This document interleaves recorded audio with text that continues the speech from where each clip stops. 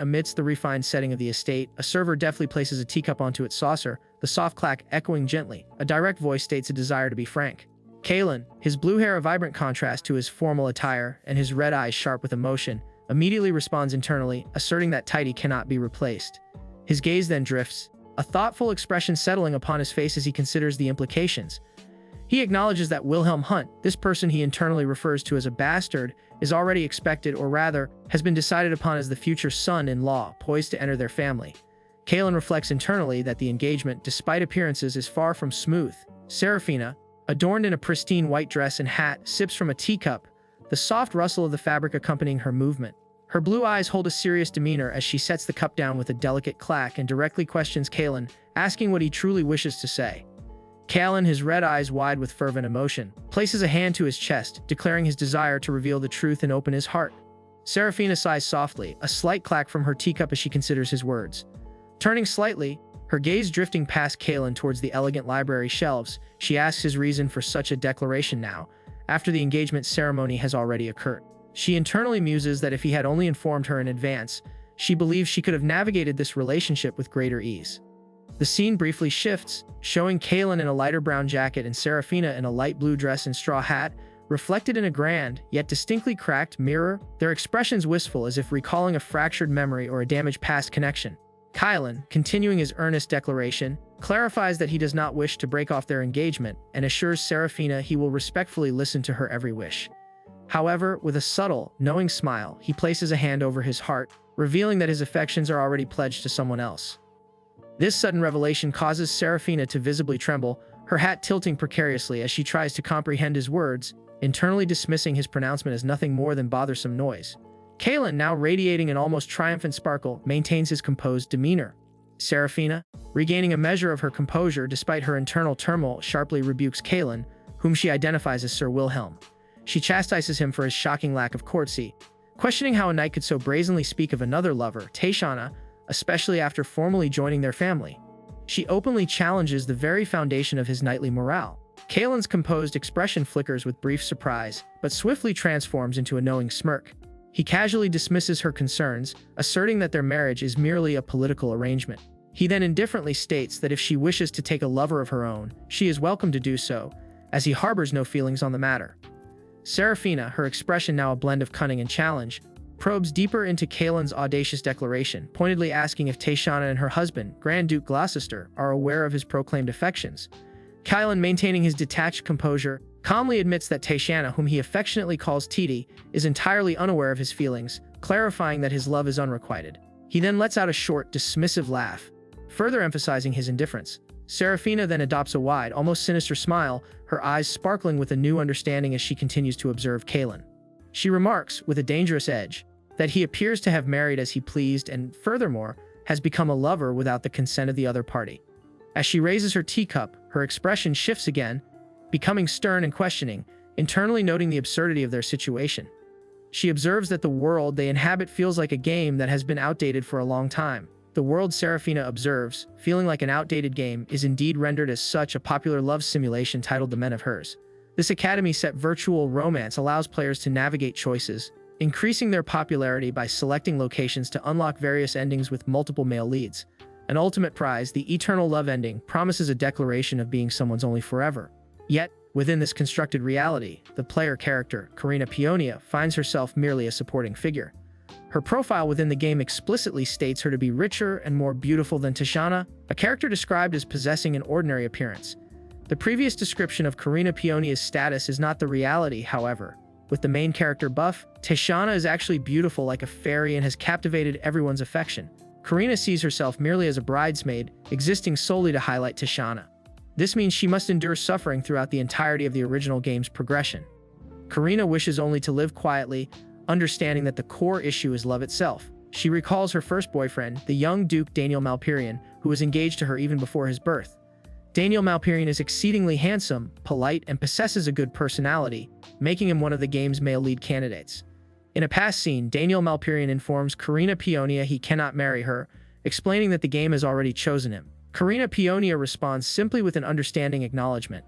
Daniel Malperion then expresses his hope that their friendship will remain unaffected, to which Taishana readily agrees. Since Tatiana has chosen her male lead and welcomed her ending, Karina Pionia concludes she will no longer be involved in the original story. Karina Pionia reflects on her earlier thoughts, realizing she was merely misunderstanding the situation. Her past certainty about avoiding the original story's entanglement begins to unravel as she recalls an encounter with Raymond Castle. Raymond, a handsome man with purplish black hair and dressed in an elaborate white and lavender ensemble, introduces himself as a candidate for the next owner of the Demon Tower, greeting Karina Pionia cordially. In a poignant moment, Raymond asks Karina Pionia if she would like to date him. Karina Pionia, with her dark hair and bright blue eyes, appears thoughtful, recognizing him as another one of the original main male leads.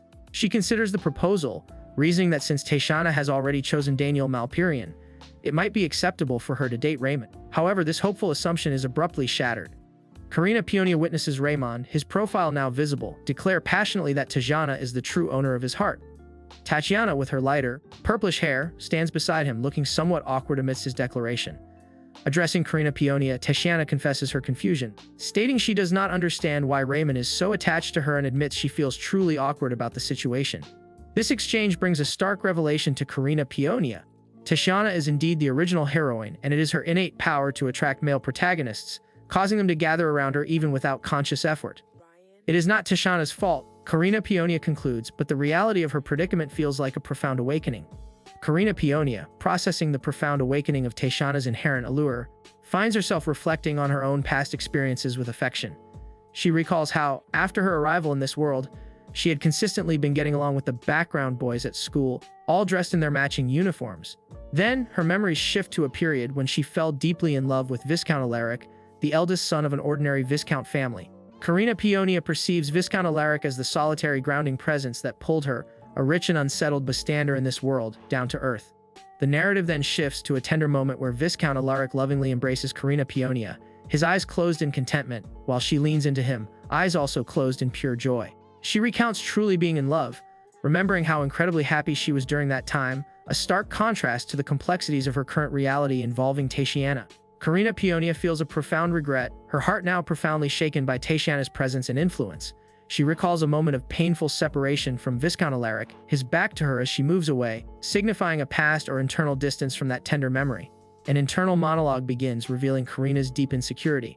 Despite her striking appearance, her prestigious position as a lady of the Duke's house, and her undeniable competence, she agonizes over her perceived insignificance when compared to the undeniable presence of Tatiana, the world's perceived main character.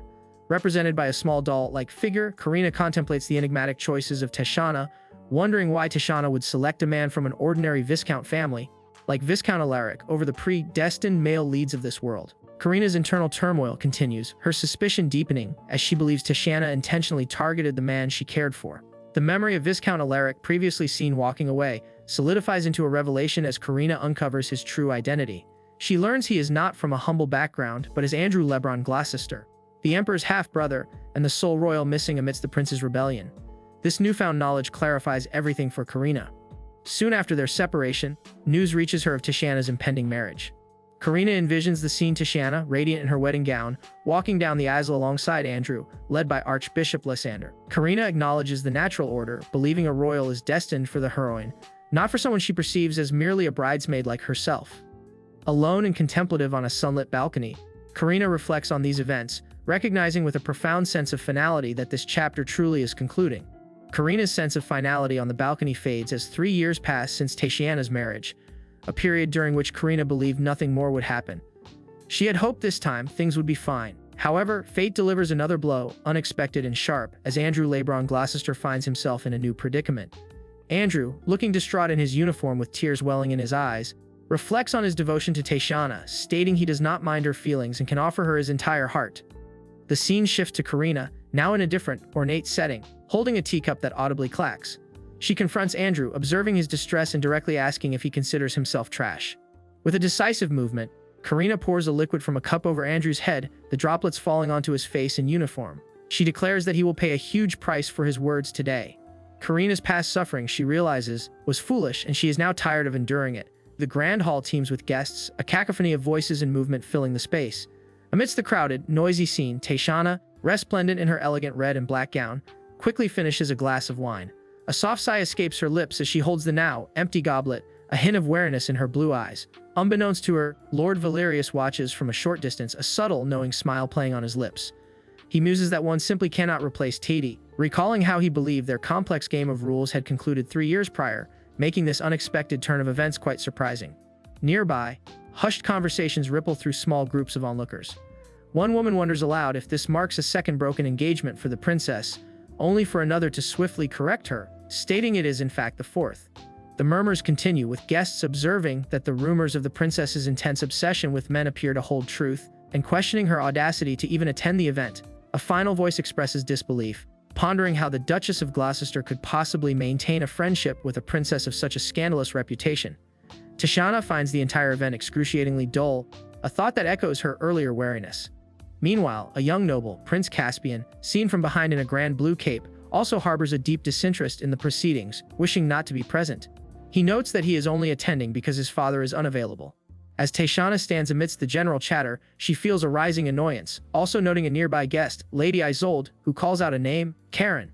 Despite the general din, a particular voice then pierces through, catching Tashana's attention, and her expression shifts as she recognizes it.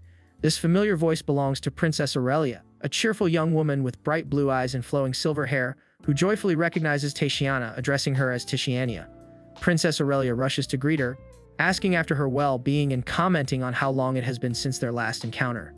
Princess Aurelia eagerly remarks that they used to see each other often, expressing how difficult it is to meet these days. Tayana, her expression neutral, privately recalls a recent conversation with Wilhelm, who had questioned if she and Aurelia were engaged, a thought that now causes her inner turmoil. Oblivious to Tatiana's silent discomfort and internal explosion of disbelief at the notion, Aurelia brightly declares them best friends. Aurelia then light-heartedly adds that Tatiana need not worry about being outmaneuvered by her this time, as she now has a husband, a statement she quickly dismisses as merely a joke. Around them, guests murmur, observing Tatiana and wondering aloud at her perceived kindness, contrasting her with Princess Karina and describing her as resembling an angel. As Tatiana and Aurelia stand side by side, a soft clack sound marks the moment, visually emphasizing their contrasting presences like light and shadow. As the soft clack fades, Tatiana's composure remains, yet internally, a storm brews. Her thoughts are filled with a simmering anger towards Princess Aurelia, recalling how Aurelia always presents herself, feigning innocence and offering flattery. Tatiana remembers past slights, how Aurelia had then mercilessly cast her aside. The sting of Aurelia's recent joke about having a husband brings back Wilhelm's unsettling question: did he truly suggest that Aurelia's marital status would not matter? Her mind drifts further back to a specific, cold interaction with Aurelia, where Tatiana, with a sly smile, had challenged Aurelia to honorably accept the position of a mere mistress. Returning to the present, Aurelia, noticing Tatiana's quiet demeanor, bursts into an exaggerated exclamation, asking if best friends cannot even joke around. She then tries to lighten the mood further, reminiscing about their last private meeting where she jokingly implied rumors of them being lovers could spread. Princess Aurelia, eyes shining with a playful glint, reveals that someone had seriously stated they would not care about rumors, finding the idea really lovely. A faint, knowing smile plays on Tatiana's lips, a silent response to Aurelia's words. Her mind drifts to a memory, picturing Andrew Lebron Gloucester standing with both her and Aurelia. Tatiana internally considers that she and Wilhelm are similar, and surely Aurelia would not object to Andrew Lebron Gloucester as her husband either. Breaking the silence, Aurelia beams, declaring them best friends. Tatiana's eyes widen in surprise, a soft gasp escaping her lips as she questions Aurelia's statement. With a look of subtle challenge, Tatiana asserts that Aurelia herself knows the situation is wrong. Tatiana, still reeling from the implications of Aurelia's words, turns her intense gaze upon Karina Peonia. In a bold move, Tatiana seizes Karina's wrist, her eyes blazing with a mix of resentment and indignation. Tatiana internally laments that she is merely a substitute, while Karina is the main heroine for whom this entire world was supposedly created, a world where Karina arbitrarily stole all her lovers. This situation, Tatiana reflects, is truly unduly unfair. Karina, her expression a blend of concern and slight surprise, gently touches Tatiana's hand, attempting to interject that Tatiana seems to be misunderstanding something. But Tatiana cuts her off, her voice laced with skepticism, questioning if everything is merely a coincidence and a misunderstanding, especially given that 4 men have already abandoned her because of Karina's allure. Tatiana concludes, with a heavy heart, that they must indeed be destined for a bad fate. Undeterred, Tatiana then declares that they must instead invite the person who comes in place of Duke Peonia. Tatiana, having made her declaration, turns away, her internal thoughts revealing she is slowly reaching her limit. She dismisses further conversation, indicating they can talk later, as she strides away from Karina Peonia. Tatiana's footsteps, accompanied by a male escort whose face remains obscured, echo with a distinct clack in the grand hall. Meanwhile, in a lavish chamber, Lord Cedric, clad in a dignified brown suit, addresses Prince Arian, who sits upon an ornate throne. Lord Cedric details Duke Paonia's esteemed reputation within the neutral faction, highlighting the Duke's righteousness and popularity throughout the country, and suggesting that with such influential assistance, their success is assured. Prince Arian, a subtle smirk playing on his lips, mentally acknowledges the information and wishes for Lord Cedric to cease his discourse. With a slight bow, Lord Cedric formally announces the arrival of Princess Karina, the esteemed representative for Duke Paonia, to His Majesty Prince Arian. Prince Arian, upon hearing the announcement, allows a subtle, knowing smile to play upon his lips as he signals for her to enter the chamber. With a soft rustle of fabric, Karina Paonia steps forward, her elegant attire swaying gently as she performs a respectful bow. She offers a formal greeting to His Majesty. Prince Arian, his gaze meeting hers, returns the greeting with a composed voice. He then observes that this is her inaugural visit representing Duke Paonia, and consequently their first personal encounter. Karina Paonia's eyes narrow slightly, a silent thought forming as she scrutinizes the prince. Her mind races, recalling the emperor's reputation, a ruthless monarch who shows no mercy to rebels and their families, a tyrant said to have abandoned his humanity entirely. Amidst these chilling reflections, a different thought surfaces as she observes Prince Arian before her. She wonders if this imposing figure is truly the emperor she has heard so much about. As she considers him more closely, she notes an unexpected observation, questioning aloud in her mind if he appears normal. Yet, upon further examination, Karina concludes that he is far from ordinary. A powerful aura surrounds him, complemented by a striking handsomeness that leaves her momentarily captivated. Karina Paonia, still processing Prince Arian's striking appearance, finds her thoughts drifting to a game, recalling a poignant detail about Tiana's first love and how it was undeniably worth falling for. This internal musing, perhaps too public, causes Karina to jolt, her eyes widening as she inwardly questions, is this truly a princess before her? Realizing her lapse in decorum, Karina quickly bows her head in a gesture of profound apology, internally expressing her regret. Prince Arian, observing her from his position of authority, maintains a composed smile. He gently probes, asking if her mind was elsewhere, then directly references the widespread rumors of her enrollment, inquiring if those concerns weigh heavily on her.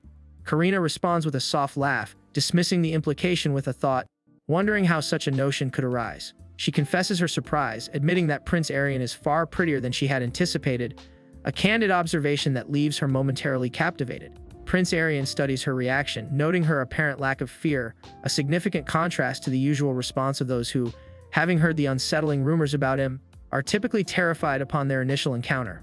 Karina, having heard her own share of baseless gossip, inwardly acknowledges her familiarity with such situations, understanding how easily false narratives can spread. She considers that the genuine individual standing before her holds more weight than any untrue whisper. She then thinks about the implications of the rumors regarding herself, realizing that if they were to be believed, she would be perceived as a woman of ill repute. With a direct and unwavering gaze, her blue eyes fixed on Prince Arian, she silently questions if he, too, views her through the lens of those damaging tales. Prince Arian, caught slightly off guard by her forthrightness, lets out a quiet sound of surprise. He then leans back comfortably on his throne, a contemplative smile forming, and remarks aloud that their conversation is indeed proving to be quite engaging. The conversation indeed proves engaging, prompting Prince Arian to remark on its interest. The city's illuminated silhouette provides a sophisticated backdrop through the grand windows. After a significant exchange, Karina Paonia concludes her story, expressing her gratitude to His Majesty for his attentiveness. Prince Arian reciprocates, stating that he also finds it very interesting to speak with someone as talented as she is. He then leans forward slightly, a thoughtful expression on his face, and asks if he may pose a final question. Karina pauses, a hint of curiosity on her features, before granting her permission, asking him to proceed. She shifts slightly in her seat, the fabric of her elegant dress rustling softly, as Prince Arian continues. He mentions that he heard about her broken engagement. Observing the empty seat beside her, he takes the opportunity to directly ask her to consider dating him. Extending an open hand as a gesture of his intent, Prince Arian, with a hopeful smile, poses a query, wondering if the position beside Princess Aurelia remains available. He then extends his hand in a gesture of invitation, suggesting an encounter. Princess Aurelia, adorned in her elegant attire, observes him with wide blue eyes, a slight smile playing on her lips. She bursts into soft laughter, finding humor in the situation. Addressing him respectfully, Princess Aurelia expresses confidence that His Highness will undoubtedly discover a more suitable match than herself. Prince Arian responds with a low chuckle, encouraging her to consider his proposal nonetheless and observe the outcome. Princess Aurelia then shows a sudden understanding, acknowledging his words with a quick exclamation. Prince Arian then clearly states that at the end of the day's banquet, he has an important speech, requesting Princess Aurelia not to run away and instead to wait for him. Princess Aurelia, however, internally asserts her intention to conclude the audience quickly and return directly to her mansion, vehemently thinking she doesn't want to. She then offers a polite but resigned acknowledgement, likely to a dignitary, by stating an affirmation to a Lord Duke. Turning to depart, Princess Aurelia's path is abruptly halted as a male figure calls out, addressing her as Princess Karina. A visible sigh of exasperation escapes Princess Aurelia as she turns to confront Duke Wilhelm, whose distinctive blue hair and masked face are unmistakable.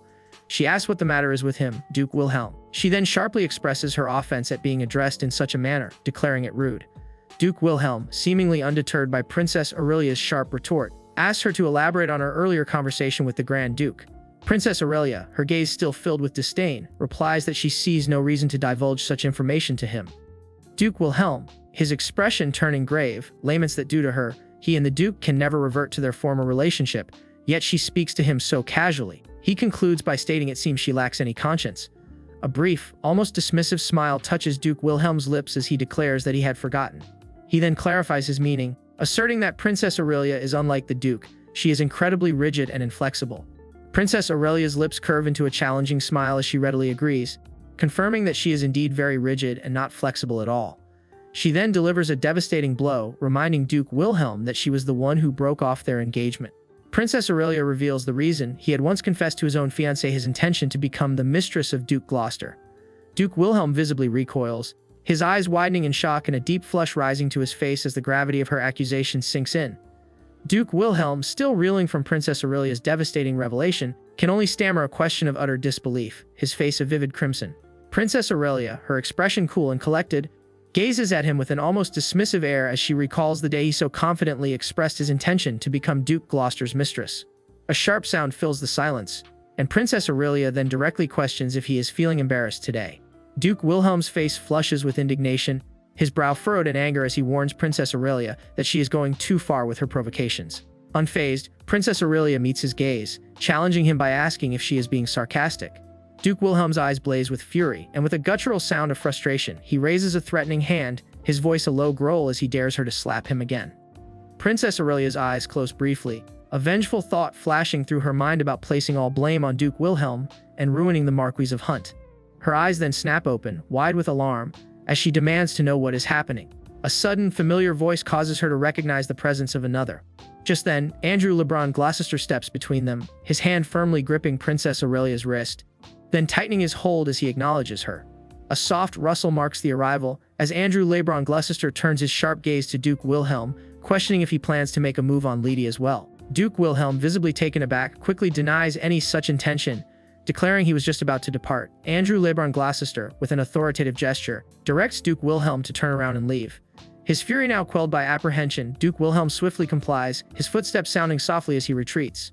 With Duke Wilhelm gone, Andrew LeBron Gloucester turns to Princess Aurelia, his presence a disruption to her vengeful thoughts. Princess Aurelia internally seethes, contemplating the significant settlement she might have gained had Duke Wilhelm struck her, intending to bring him lasting social ruin. She inwardly curses Andrew's interference, believing he prevented her from fully avenging her tarnished family honor. Andrew, seemingly oblivious to her internal turmoil, politely greets Princess Aurelia, noting it has been a while since their last encounter. Princess Aurelia, recovering her composure, offers her sincere thanks to Andrew for saving her. Andrew then announces his intention to depart. A soft rustle again accompanies the movements of Andrew LeBron Gloucester, who exits the scene with Tiana silently following. Left alone, Princess Aurelia finds herself at the bar, her hand trembling as barman Silas watches from behind the counter. She grips a glass of red wine, her mind raging at Duke Wilhelm's audacity, his brazen attempt to strike her, and she wonders about the decay of basic human decency. She takes a large gulp, the drink doing little to quell her fury, as she reflects on the appalling lack of etiquette from the one to whom she is engaged. Princess Aurelia's hand still trembles around her glass of red wine, her fury unyielding.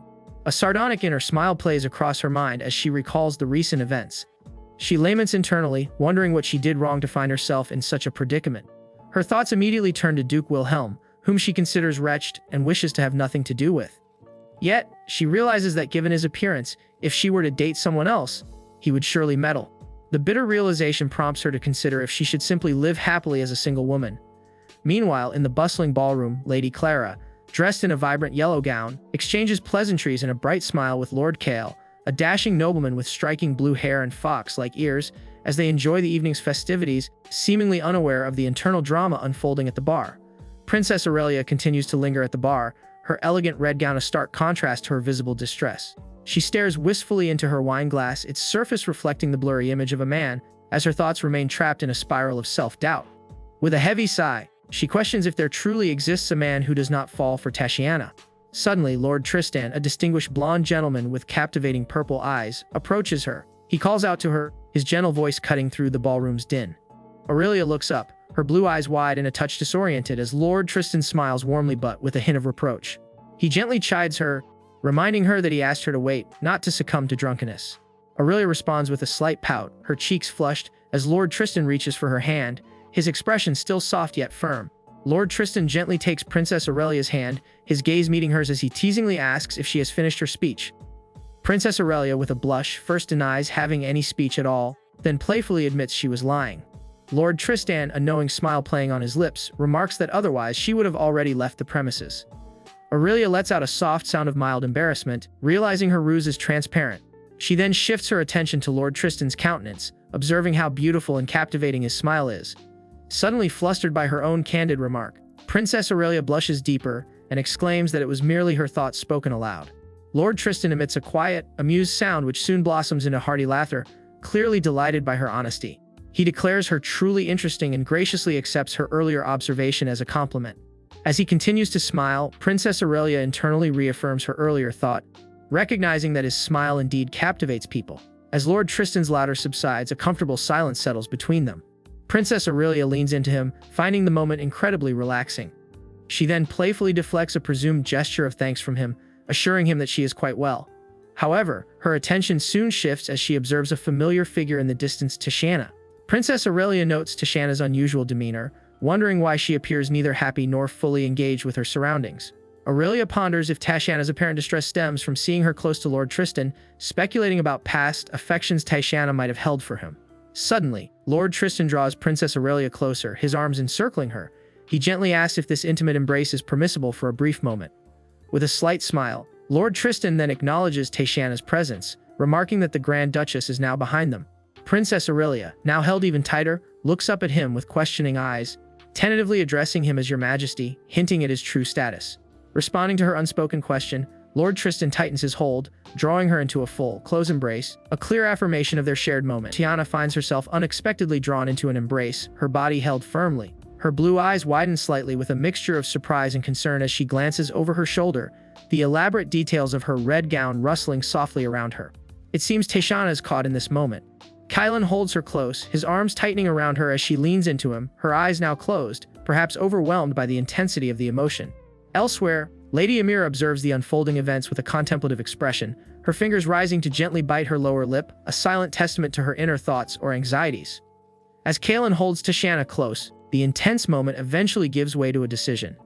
Tatiana, with her flowing blue hair and perhaps still wearing her red gown, states her intention to return home, a quiet resolve settling upon her as she departs.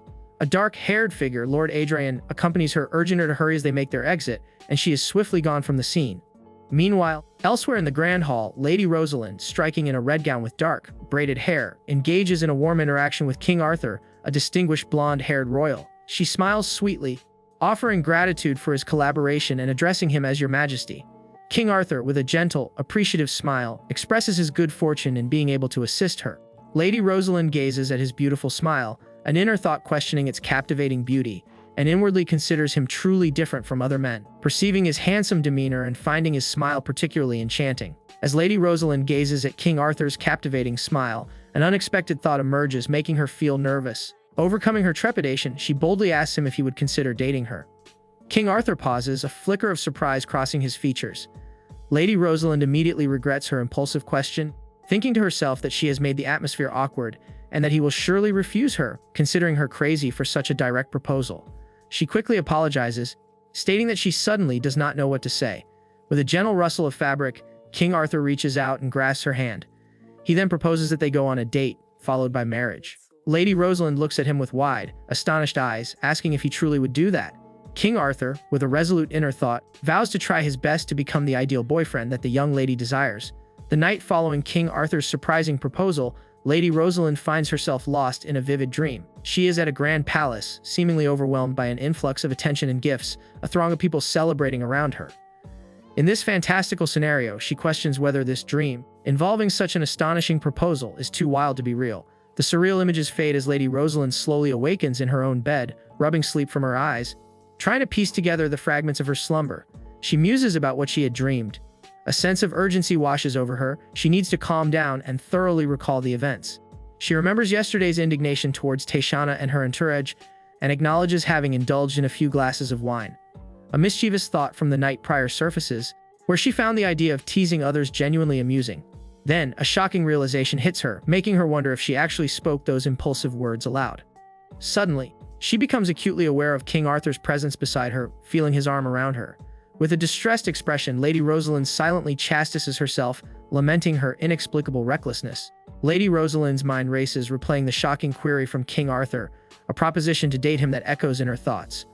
Overwhelmed by the situation, she internally cries out, feeling as though she is going crazy from the sheer weight of it all. Images of the dream, or perhaps real-life consequences, flash before her. She recalls a moment where a blonde-haired attendant, Lord Theron, presents her with numerous lavish gifts, expressing hope that she will be satisfied with them. This is followed by Lord Theron handing her an official letter, explaining that it is an invitation from the palace. Lady Rosalind receives it with a look of apprehension, questioning how she is ever supposed to manage such a situation. As she reads the letter, she sees King Arthur's signature, Aster Love Gracia, and a direct message hoping she will not change her mind about last night's events. A wave of immense pressure washes over her. This is a profoundly significant matter, and the implications of changing her mind are daunting. Lady Rosalind's mind remains trapped in a swirling vortex of worry and self-doubt. King Arthur's intense gaze appears before her, a stern image accusing her not only of being the main character but also of toying with him. The vision shifts to a chaotic scene where a small, trembling figure representing Karina Peonia is seen crying, while whispers of condemnation echo around her. Voices comment on Miss Karina daring to tease His Majesty this time, expressing shock that she would even touch him, confirming that the situation is exactly as rumored. The internal turmoil continues with Karina Peonia then appearing distinctly, winking confidently, declaring that she is the main character of this world, not Lady Rosalind, dismissing her as stupid. Suddenly, the oppressive internal world shatters as calls of Miss! Breakthrough. Growing louder until Miss! Pulls Lady Rosalind sharply back to her senses. Her eyes widen in startled realization, and she questions what is happening. Snapping back to the present, Lady Rosalind finds herself gazing intently at an exquisite piece of Florian fabric, a servant's voice explaining its rarity, and the immense difficulty a Miss Closter faced in acquiring it. Lady Rosalind reacts with a gasp of stunned disbelief. Her gaze then sweeps over a lavish display of gifts, including intricate necklaces, gleaming coins, a bound book, and a potion bottle. She realizes with a growing sense of wonder that these meticulously chosen presents perfectly align with her personal preferences. Meanwhile, a group of maids and servants surrounding her are in an uproar, one exclaiming that such opulent gifts are surely reserved for royalty and thus forbidden to others. Lily, identified as Karina Peonia's loyal maid, stands shaking with excitement as she holds Lady Rosalind's hand, declaring with fervent conviction that this must signify the Majesty's burgeoning affection for Karina Peonia. A sense of triumphant celebration fills Lady Rosalind as she internally champions Karina Peonia's ascendancy, proclaiming her as number one. A fleeting thought crosses Lady Rosalind's mind, wondering how Taishana will react to this unfolding spectacle. The grand doors of the chamber suddenly burst wide open with a resounding force, dramatically revealing Duke Pyoga in the threshold. His abrupt entrance sends a jolt of surprise through Lady Rosalind and Lily, who stand frozen. Lady Rosalind, clearly taken aback, utters an exclamation of disbelief, wondering why she was unaware of her father's impending visit. Duke Pyoga, identified as Karina Peonia's father, immediately zeroes in on Karina Peonia, his expression stern and demanding. He orders her to follow him to his office without delay. A visibly distressed Karina Peonia looks down, reflecting on the tumultuous events that have unfolded.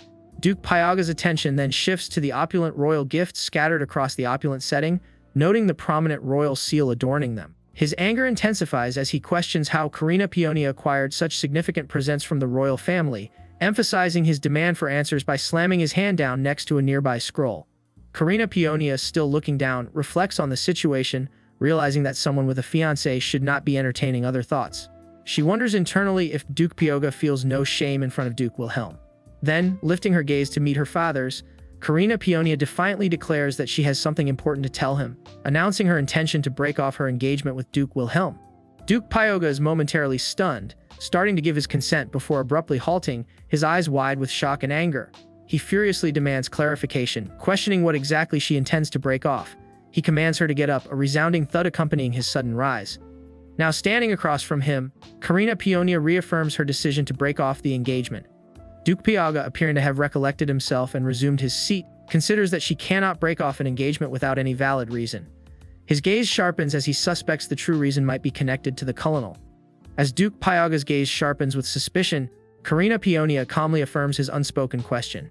She then reveals that Duke Wilhelm himself expressed a desire to become the husband of Kloster the colonel. Duke Pyoga is utterly stunned by this revelation, his composure instantly shattered.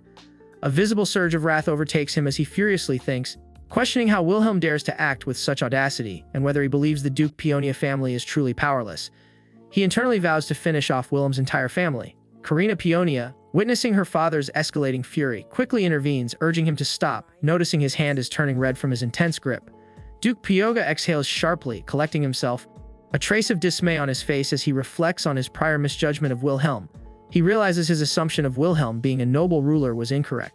He then assures Karina that the Hunt family will be very yielding, and that there is no need to worry about the broken engagement, inviting her to name any desired compensation. Karina Peonia responds with a pleased, almost mischievous smile, her eyes sparkling with a subtle anger, as she proposes requesting Duke Wilhelm's region under his jurisdiction. Duke Pyoga is taken aback, internally questioning if she is referring to the abandoned sea area. Karina confirms it is currently abandoned, but boldly declares her intention to utilize the salt from that region to create and sell perfume.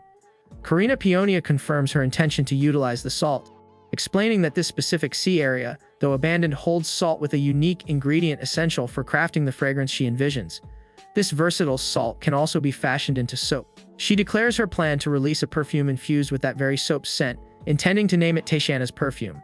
Her thoughts then drift, recalling a past experience where she watched the conclusion of a game featuring various male leads, all of whom fell in love with her. Among these, the ending with Duke Wilhelm, presented as Wilhelm Ruth in that context, resonated most with her, depicting him achieving fame and marrying a great wife. However, Karina then considers her current reality, noting that Taishana has yet to truly choose Duke Wilhelm. She muses on the possibility that she should have broken off their engagement much sooner. A sly determination settles upon her face as she realizes Duke Wilhelm will undoubtedly be unhappy witnessing her business flourish and succeed, especially since it leverages the land she has now effectively claimed from him. As Karina Peonia's thoughts solidify into a determined plan to leverage her new land to spite Duke Wilhelm, she stands before her father, Duke Pyoga. Duke Pyoga, seated at a stately desk, acknowledges her business pursuits. He gives his full support, advising her to act in a way that benefits the family. Karina's face brightens with relief and gratitude as she thanks her father.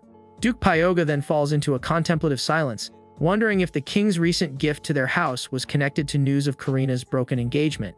He recalls being summoned to the palace around that time, having had something he wished to express. Turning his attention back to Karina, he voices concerns about the king's potential interest in her. Duke Pyoga warns of the king's fickle nature, emphatically instructing Karina to swiftly end any relationship if problems arise, or if the king is ever seen with other women, or if he displays any violence. This rapid-fire stream of paternal warnings leaves Karina looking comically overwhelmed yet compliant, as she hesitantly agrees. Duke Pyoga, still offering counsel, leans back slightly and calmly advises Karina to rely on him for all family matters. He assures her there is no need to worry about the family's future, encouraging her to simply do as she wishes. Karina, her face beaming with relief, expresses her profound gratitude to her father. Later, Karina approaches her maid, Lily, holding a beautifully ornate 100-bill certificate.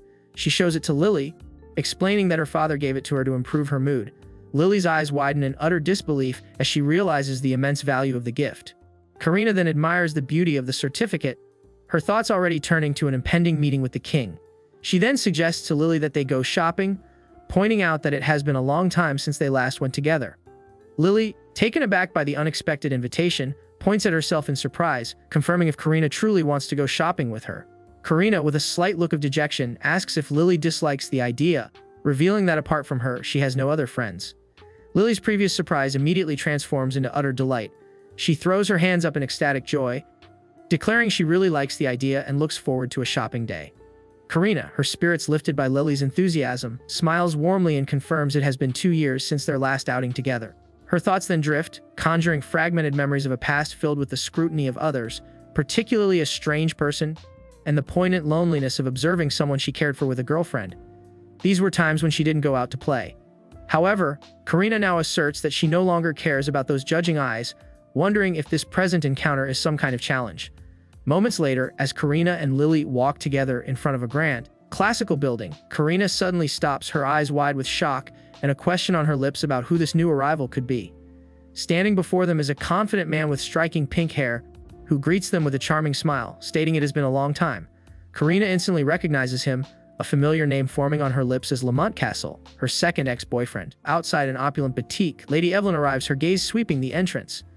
She discovers Raymond Castle standing there, prompting a look of surprise on her face. Raymond Castle, with a confident smirk, acknowledges her presence, stating it has been a long time. He then offers a gentle smile, his eyes closing, as a voice from off-panel queries, uttering the name Karen in what seems to be a mistaken identification. Lady Evelyn's expression hardens as she recognizes Raymond Castle. She directly confronts him, telling him not to block her entrance and suggesting he should move out of her way. She further clarifies that they are not friends, and he should not call her by such a friendly nickname. Raymond Castle reacts with visible annoyance, his irritation clear as he asks what she means by blocking her entrance, asserting that he is also a customer at this boutique. Raymond Castle reacts with visible annoyance, his irritation clear as he asks what she means by blocking her entrance, asserting that he is also a customer at this boutique. He internally scoffs, thinking that a man who only brags about his looks truly lives through his mouth alone.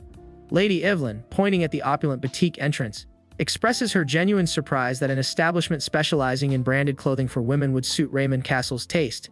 Raymond Castle, with a broad, confident smile, proudly announces that he often visits this very boutique to purchase gifts for Tatiana, proclaiming himself a VIP customer here. Lady Evelyn, observing his boast, internally notes that everyone knows about his dedication to Tatiana, questioning if he fears people will not recognize him as her fan.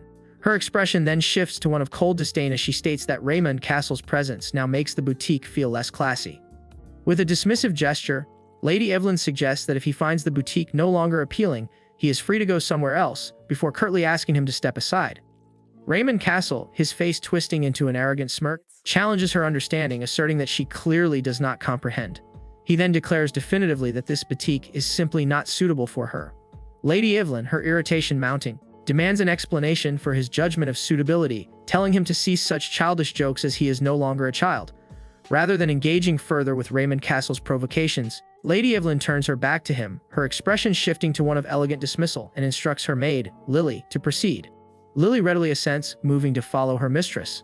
In the background, Raymond Castle discreetly coughs, perhaps feigning discomfort or subtly expressing his own disdain. Suddenly, a woman with vibrant pink hair, Lady Rosaline, steps forward, angrily interjecting and demanding they stop. As Lady Evelyn and Lily attempt to leave, Lady Rosaline aggressively points at Lady Evelyn's retreating figure, accusing her of being heartless. Lily, loyal and protective, immediately turns to defend her mistress, questioning why Lady Rosaline continues to treat Lady Evelyn in such a disrespectful manner.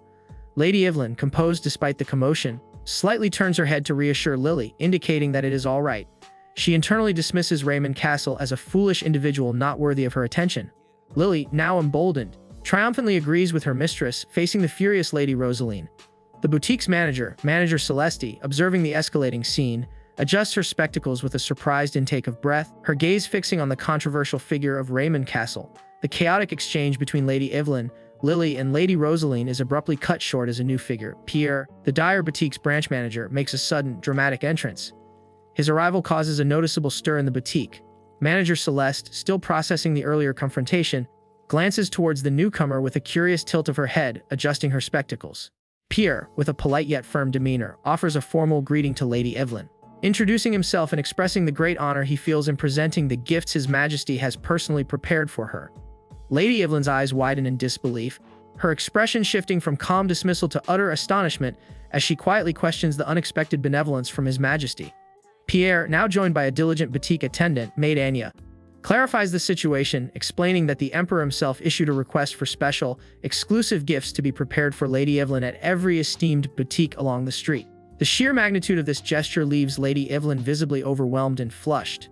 Pierre, seeing her reaction, then proposes they ascend to the highest floor of the boutique, promising even more exquisite selections. Maid Anya, eager to assist, gently urges Lady Evelyn to proceed without delay.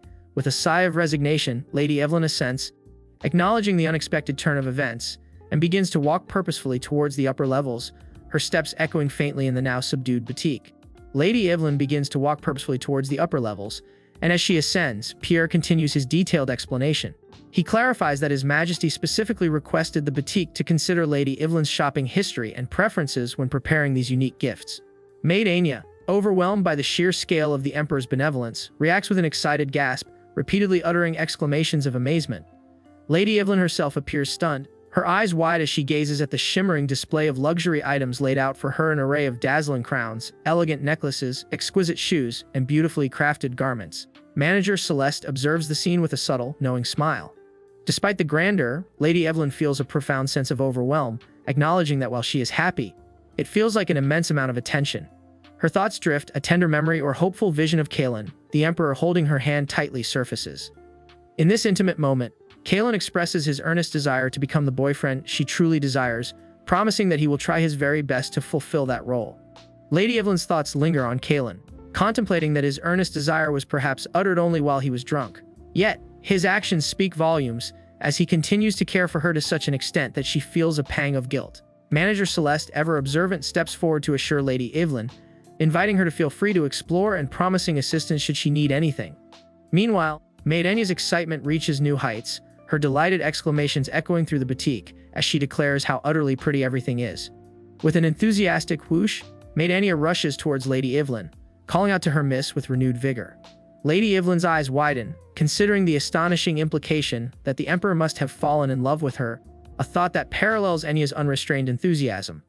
Anya then eagerly presents a selection of garments, declaring that she has meticulously picked out clothes perfectly matched to Lady Evelyn's style, urging her to hurry and try them on. She jubilantly exclaims that the Emperor must indeed have fallen in love with Lady Evelyn. Lady Evelyn, taken aback by Anya's candor and the implications of this lavish treatment, finds herself freezing in thought. She considers the impossibility of all these perfectly suitable items being available here, acknowledging that this situation is clearly something more profound than mere generosity. Before Lady Evelyn can fully process the profound implications of the lavish display, a sudden, familiar presence manifests, causing her to cry out the name Raymond, her eyes wide with a mix of recognition and alarm. Raymond Castle responds with a knowing smirk, acknowledging her keen perception and remarking that she correctly identified him, given his signature, flamboyant use of time, stopping magic. He then chides her, observing that she has grown rude in the time since their last encounter. Raymond further questions if she was, in fact, concealing her true personality during their previous interactions. Lady Evelyn stares back, a look of profound bewilderment on her face as she processes his audacious accusations. As Lady Evelyn grapples with Raymond Castle's audacious accusations, Raymond shifts his attention from her to another woman, her elegant dark hair adorned with a flower. He challenges the woman, questioning how she claims to know him so intimately given their mere 6 months of acquaintance. The woman, Karen Everhart, confidently asserts her knowledge of Raymond, retorting that it is he who lacks self-understanding. Raymond's smirk widens as he dismisses Karen, cruelly declaring her a pitiful and weak girl compared to Tishana, a statement he makes clear he is also conveying to her. Karen's expression hardens into fierce indignation as she verbally retaliates, branding Raymond a pathetic loser who perpetually pursues a married woman and a crazy individual obsessed with Tatiana. She further condemns him as merely an idiot playing Tatiana's lover. Raymond listens, a flicker of surprise crossing his face at her unexpected vehemence. Karen then emphatically tells him to leave, stating she is too busy to deal with him. Raymond's golden eyes narrow with intense irritation, a silent fury building within him. Suddenly, a familiar whooshing sound fills the air, and time itself seems to distort, trapping both Raymond and Karen mid-motion, their surroundings rattling with the temporal disruption. Lady Evelyn, having initiated the time stop, observes the frozen scene. As the temporal effect settles, Raymond Castle, now able to perceive the immediate aftermath, addresses Karen directly, a sly smile returning to his face. He remarks on her assertive demeanor, suggesting she is already acting like a queen, her ambition clearly unveiled. As the temporal disruption settles, Karen Everhart suddenly finds herself unable to move, a realization that causes her to exclaim she cannot move her body. With a series of deliberate stumps, Lady Evelyn advances towards the frozen Raymond Castle. Raymond, still maintaining his sly smile, turns his attention to Karen, demanding that she quickly kneel and apologize to him. Lady Evelyn, her expression firm, interjects, stating she does not like that. She admonishes Raymond, explaining this is not an academy where he can act with impunity. She asserts the current situation is the regime Raymond. She issues a stern warning if he uses even a trace of magic power here, other wizards will immediately rush to capture him, condemning him to be trapped on the top floor of the Demon Tower, never achieving ownership of it. Lady Evelyn's attention shifts from Raymond to Karen Everhart, her hand swiftly grabbing Karen's arm with a firm hold. Karen, her eyes blazing with fury, defiantly declares that even in death, Lady Evelyn will remain unchanged for the rest of her life. Lady Evelyn looks at Karen, a single word escaping her lips in a realization of what she sees. Observing Karen's distressed state, Lady Evelyn notes that Karen has changed. Karen retorts, asserting that she has always been this way, and it is Lady Evelyn who never truly saw her real self. A moment of silence passes between them as Lady Evelyn contemplates Karen's words. Finally, Lady Evelyn states her intention to depart first, and with a swift whoosh, she makes her exit, leaving behind a flurry of white petals. As Lady Evelyn departs in a flurry of petals, Karen Everhart lets out a surprised sound, a soft rustle echoing in the quiet air. She feels a profound shift, realizing that time has been restored to its previous state. Suddenly, Maid Enya rushes in, her face beaming with excitement, exclaiming how perfectly suitable the newly gathered items are for Karen. Maid Enya urges Karen to quickly try them on.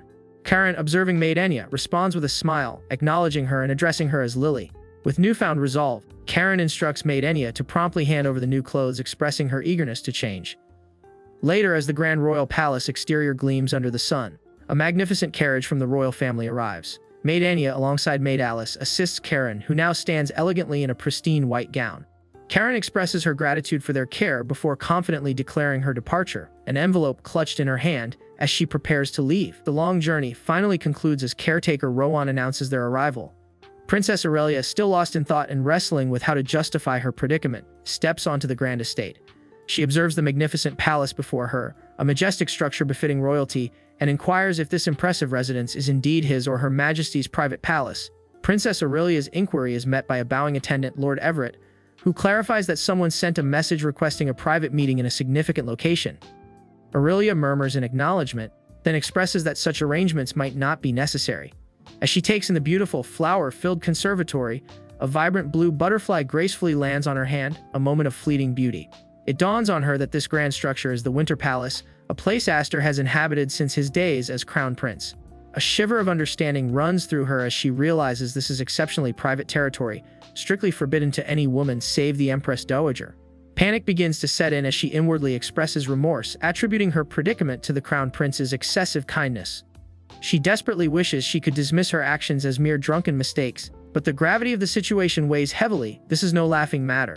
Princess Aurelia's panicked thoughts are interrupted by a voice calling out her name. Crown Prince Aster, with a welcoming smile, extends an invitation for her to enter. He greets her warmly, a slight laugh escaping his lips as Aurelia's cheeks flush with a blush, her expression a mix of surprise and apprehension.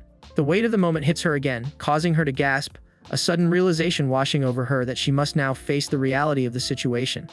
Lord Everett, the attendant, respectfully offers his greetings to the Crown Prince, stating the honor of their meeting, to which Crown Prince Aster humbly replies that the honor is his. Aurelia's internal struggle continues, a desperate thought echoing in her mind. She must rouse herself and confront this. Crown Prince Aster then declares he will lead the way, a statement Lord Everett acknowledges, confirming his prior awareness. With a confident and somewhat relaxed demeanor, Crown Prince Aster addresses Aurelia, explaining that today's atmosphere is casual, indicating a less formal setting than she might expect for such a private meeting. Crown Prince Aster extends his hand towards Princess Aurelia, a gesture that prompts her to question if he means holding hands.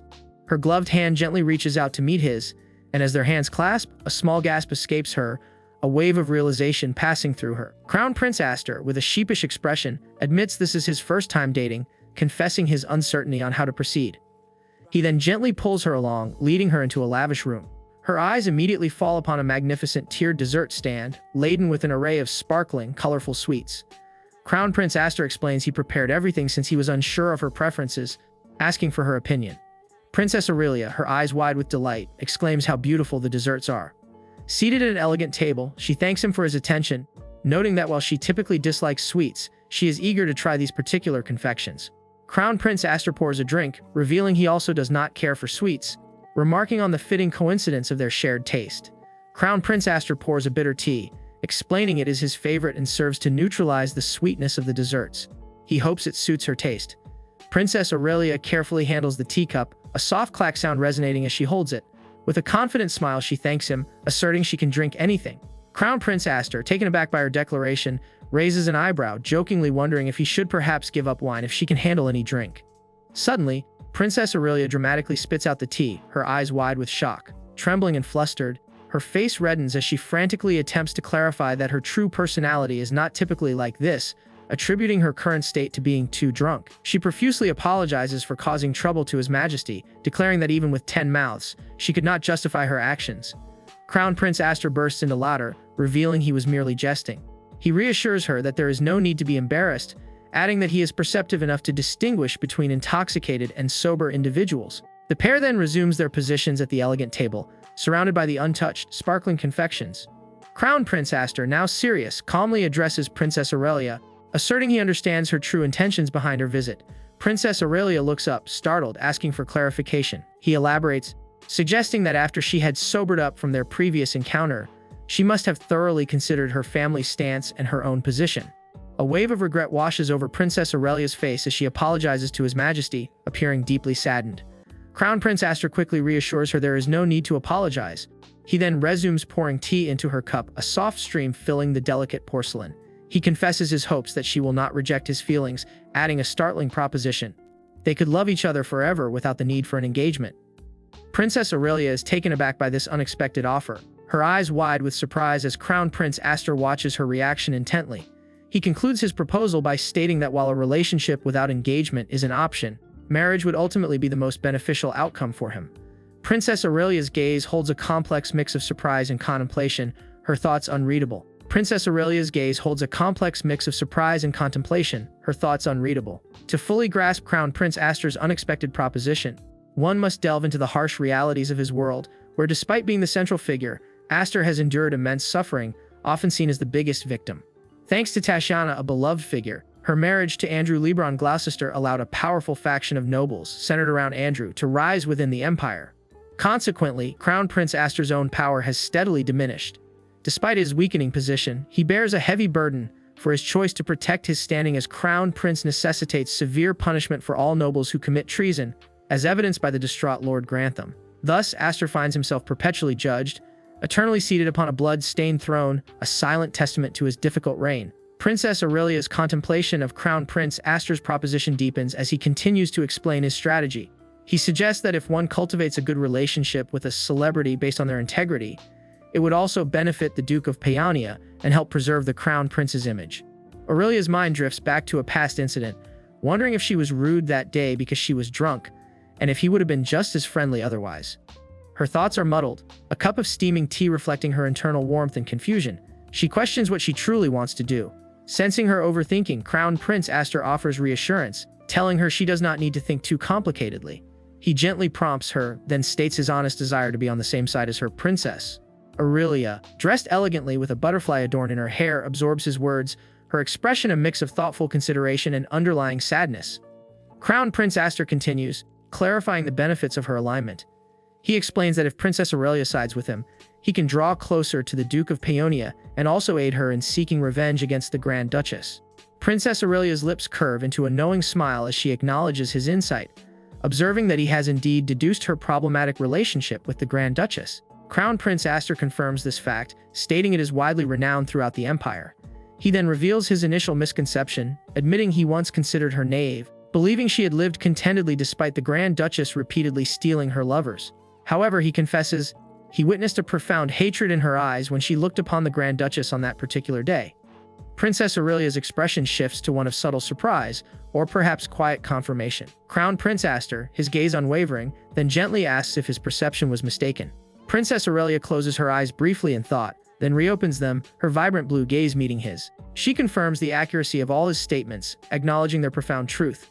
Princess Aurelia then reflects internally on her deep desire for revenge against Titiana, who has stolen all her lovers, past and present. She considers it foolish to reject such an opportunity. Her expression remains composed as Crown Prince Aster, observing her, silently wonders if she will accept him as an ally. Princess Aurelia then asserts her wish for him to take advantage of her. A moment of confusion crosses Crown Prince Aster's face as he questions how he could possibly do so. Princess Aurelia, her gaze steady and firm, reminds him that he is sober today and reiterates her proposition. Crown Prince Aster, looking serious, then addresses Princess Aurelia by the name Karina, swearing by his position as Crown Prince.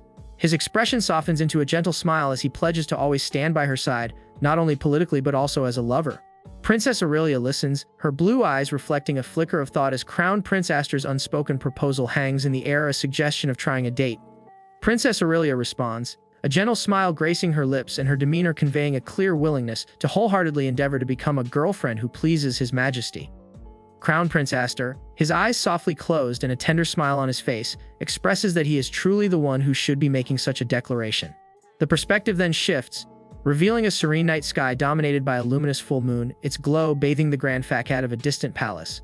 Within a sumptuously adorned chamber, Lily, elegantly dressed in a white gown accented with a pink ribbon, sits contemplatively on a plush bed. She muses to herself about the surprising number of things she has in common with His Majesty the Crown Prince. Lily reflects on their shared dislike for sweets and their mutual aversion to being in crowded environments, and she continues to recall other similar traits.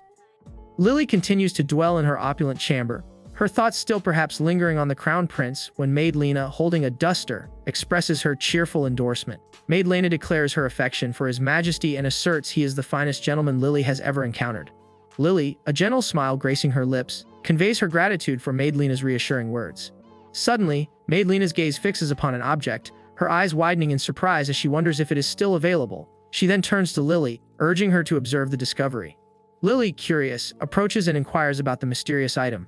Maid Lena presents a delicate bracelet, adorned with colorful beads and a vibrant green charm, and asks if it is the one Lily acquired at the age of 10. A quiet realization settles upon Lily as she acknowledges the item, stating she had received it as a gift. Her expression then shifts to one of deep concern as she remembers her first dark past and the gift from that bastard, inwardly compelling herself to truly look at the object. She gazes at the bracelet in her hand, pondering its significance.